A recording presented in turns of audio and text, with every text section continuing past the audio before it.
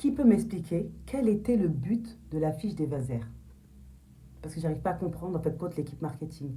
Elle se levait un matin en se disant on va faire une campagne, ah génial, on va tirer les cheveux d'une femme pour montrer que les cheveux naturels est mieux que les cheveux afro ou je sais pas. Je peux pas interpréter mais j'essaye de comprendre. Parce qu'en fin de compte, regardez, moi par exemple, j'ai mes cheveux naturels, je ne fais pas de perruque, je fais rien, je prends soin de mes cheveux, mais jamais je ne pourrais me permettre comme ça de rabaisser une femme qui a une perruque. C'est quoi le but en fin de compte?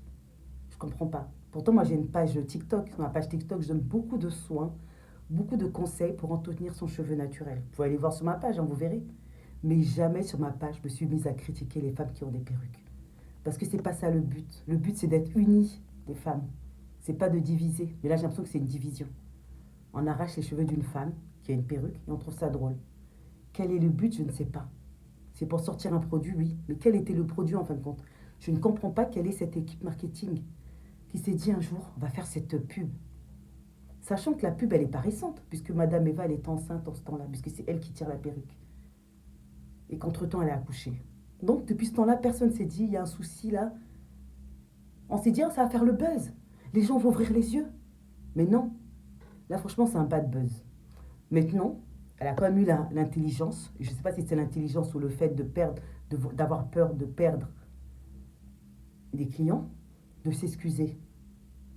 Mais la réparation, comment elle sera faite? La honte. Je veux dire qu'il y a des gens qui sont choqués. Il y a des jeunes filles qui sont choquées, des gens qui sont choqués. Parce qu'en plus, tirer les cheveux, les perruques des gens, ça, on en voyait déjà dans les vidéos sur TikTok. Je vois beaucoup de vidéos, les gens trouvent ça drôle d'arracher les perruques des gens, de souffler avec du vent pour que la perruque elle s'envole. Et là, on continue avec une affiche en plein Paris, dans le métro. Même moi, j'étais gênée.